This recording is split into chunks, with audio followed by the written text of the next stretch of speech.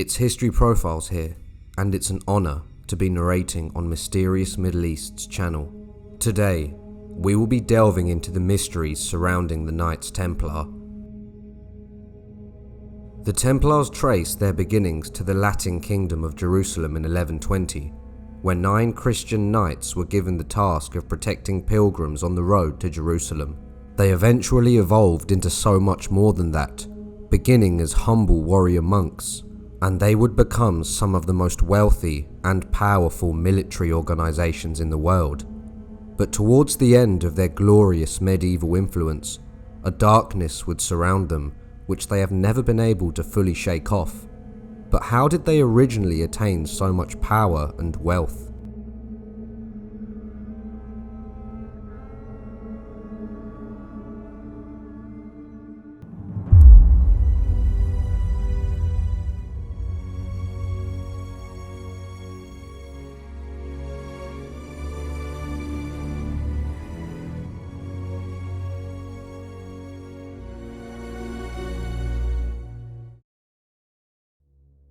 Long ago, around the year 990 BCE, the Temple of Solomon, known simply as the First Temple, was built by King Solomon.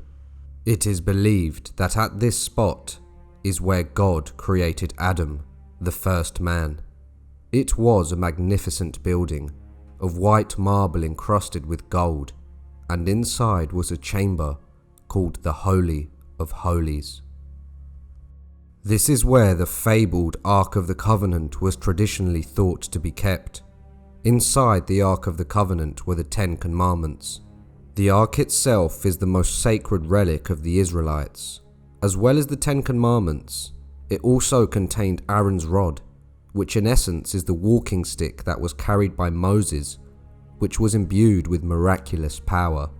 However, the Ark and many other sacred religious artifacts were lost in 587 BC, when the Babylonians destroyed Jerusalem and Solomon's Temple. Over the centuries, many temples were consequently erected and destroyed on that very spot. King Herod the Great, who ordered the massacre of the innocents at the time of the birth of Jesus Christ, would build a huge and magnificent temple atop the foundations of Solomon's Temple. 500 years later, the Romans leveled it to the ground, and a few decades later, a Roman emperor reconstructed the temple as a place of pagan worship to the god Jupiter. The Romans would eventually convert to Christianity in the 4th century, and Jerusalem would become the center of Christian pilgrimage. However, following the end of Roman rule, the Temple Mount was cleared in order for a mosque to be built, as Jerusalem had fallen into the hands of the Muslim Saracens. So Solomon's Temple has a very strange and eerie history. When the Crusaders took Jerusalem in 1099, the mosque, which stood above already many destroyed temples throughout the centuries, was given to the newly formed order of the Knights Templar, who took their very name from this temple, being first known as the Poor Fellow Soldiers of Christ and the Temple of Solomon. The Templars had heard the tales and history of the mount which I have just described, and they began digging. The Knights Templar supposedly unearthed treasures with divine power that could have changed the very foundation of history, and artifacts so precious that it would catapult their order into what eventually became an organization known for their boundless quantities of wealth, influence, and extreme secrecy. The Templars would become obsessed with divine artifacts, and there is much speculation that they did indeed find the fabled Ark of the Covenant. Another holy relic that would fall into the hands of the Templars was the Holy Shroud. This was a length of linen cloth bearing the image of a man. Many believe that the image depicts Jesus of Nazareth, and this is the very cloth that Jesus was wrapped in after his crucifixion and death. However, the authenticity of the shroud remains in debate, but one thing is clear: if it is indeed real, then the blood of Christ has been absorbed into the shroud and to the faithful that would make this a divine and priceless holy relic. One of the most sacred and sought after relics was of course the Holy Grail. But what is the Grail itself? Supposedly, the Grail is a dish in which Christ ate the lamb with his apostles during the Last Supper. It was allegedly brought to Britain by Joseph of Arimathea, the first missionary on the island. The Grail was preserved and is now enveloped in mystery. Several stories and fables tell how King Arthur and his knights rode off in a quest in the search of the Grail. The Grail also appears as the vessel that received Christ's blood when his side was pierced, and its secrets are claimed to be the mystery of the Eucharist.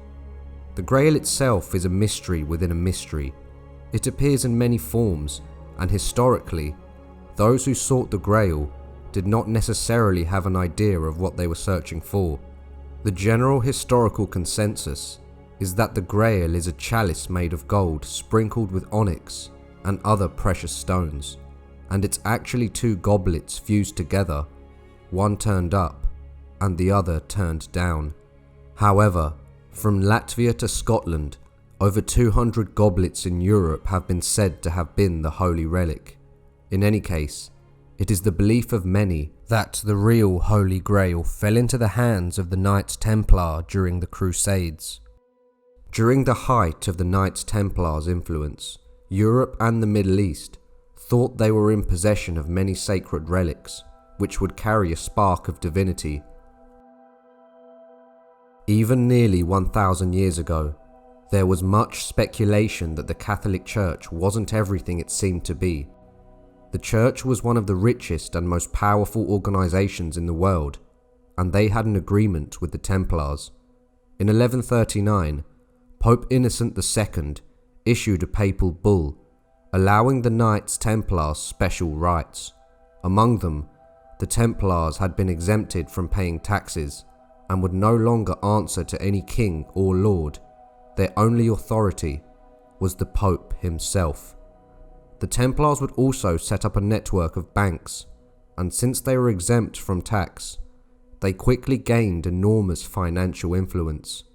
But the members of the Knights Templar would swear an oath of poverty, chastity, and obedience, and they were not allowed to drink or gamble. But with the organization holding boundless quantities of wealth, and perhaps having access to ancient holy relics, is there a possibility that they became corrupted? No matter how devout, for the common man, money is power, and power will corrupt to some degree.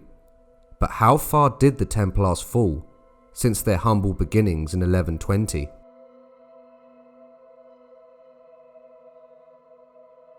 The fall of the Templars and their influence began with the accusation that their closest ally, Pope Boniface VIII, was a heretic himself. In around 1301, a huge case was built against him by King Philip IV of France.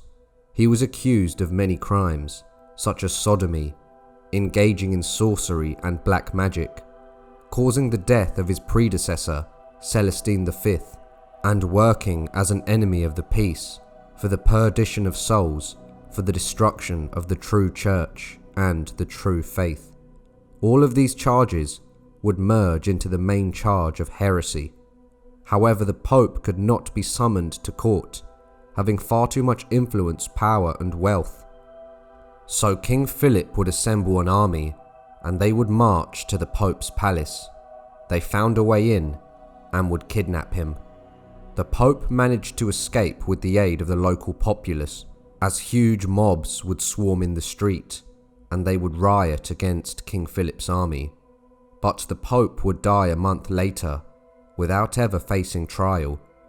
Due to the Pope's name never being cleared officially in court, a darkness would surround his reign as Pope, and by extension the Templars as well, due to their close ties.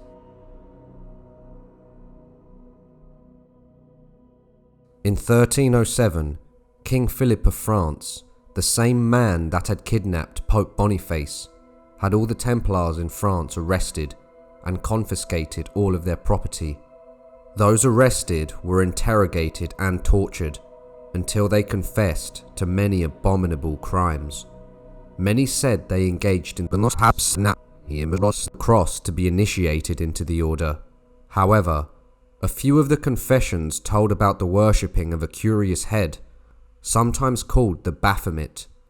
Many historians agree that such an affair of such enormity could not simply have been a total fabrication, but Philip was also heavily in debt to the Templar order, so he also may have had some ulterior motives.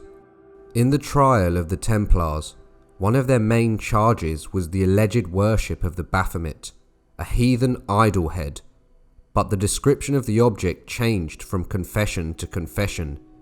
This is very strange. In addition, the Sabbatic goat symbol of the Baphomet, showing a winged humanoid goat with a pair of breasts and a torch on its head between its horns, was published in the 19th century by the occultist Eliphas Levi. So what exactly were the Templars worshipping if the confessions were true? Regardless, all of the members of the order were burnt at the stake in France for the charge of heresy. The last Grand Master of the order, Jacques du Molay, allegedly cursed King Philip of France and his descendants from his execution pyre. An eyewitness to the execution said that Molay showed no signs of fear, and he told those present that God would avenge his and the order's deaths. Philip would die within a year of Molay's execution, and within 14 years, Philip's direct line would be extinguished. If Molay did indeed curse King Philip, would God truly have done this, or was there a far more sinister force responsible for this? The Templars, from having boundless levels of wealth, having a direct relationship with the Pope, political and economic advantages, were brought down by the mark of heresy. Even the rumours of their possessions of many holy relics couldn't save them. So, do you think the Templars indeed found many of the divine holy relics from the Bible? And do you think they indeed worshipped the Baphomet? This has been History Profiles narrating for you. Make sure to subscribe to Mysterious Middle East channel and my own History Profiles for more tales on historical figures.